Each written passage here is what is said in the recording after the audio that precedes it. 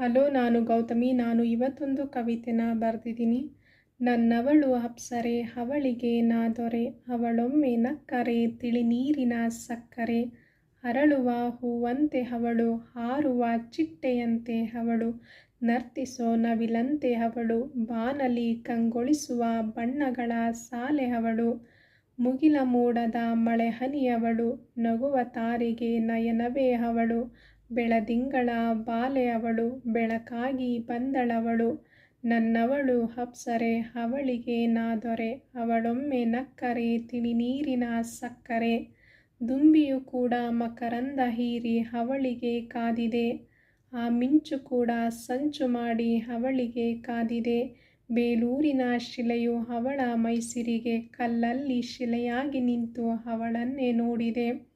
ಅವಳೊಮ್ಮೆ ಕಣ್ಬಿಟ್ಟರೆ ನಿಸರ್ಗ ಕೂಡ ನಾಚಿ ನೀರಾಗಿ ಅವಳ ಕಣ್ತುಂಬಿದೆ.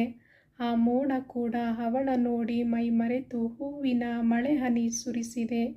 ನನ್ನವಳು ಅಪ್ಸರೆ, ಅವಳಿಗೆ ನಾ ದೊರೆ, ಅವಳೊಮ್ಮೆ ನಕ್ಕರೆ ತಿಳಿ ನೀರಿನ ಸಕ್ಕರೆ.